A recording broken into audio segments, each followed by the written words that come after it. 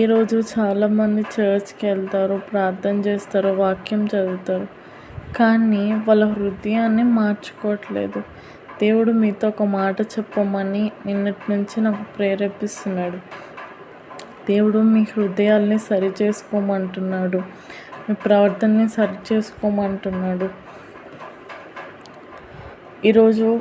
ఈరోజు మనము ఎంత ప్రార్థన చేసాము, ఎంత వాక్యం చదివాము అనేది ప్రాముఖ్యం కాదు, కానీ దేవునికి లోబడుతున్నామా లేదా అనేది చాలా ప్రాముఖ్యం. నువ్వు దేవునికి లోబడుతున్నావా లేకపోతే అపవాదికి లోబడుతున్నావా? దేవునికి లోబడడం అంటే దేవుని చిత్తానుసారంగా నడుచుకోవడం. దేవుని చిత్తానుసారంగా నడుచుకుంటున్నావా, లేకపోతే ఒక్కసారికి కాంప్రమైజ్ అయిపోదాంలే, అపవాది అబద్ధాలు విని ఒక్కసారికి వెళ్ళాను కాంప్రమైజ్ అయిపోతున్నావా?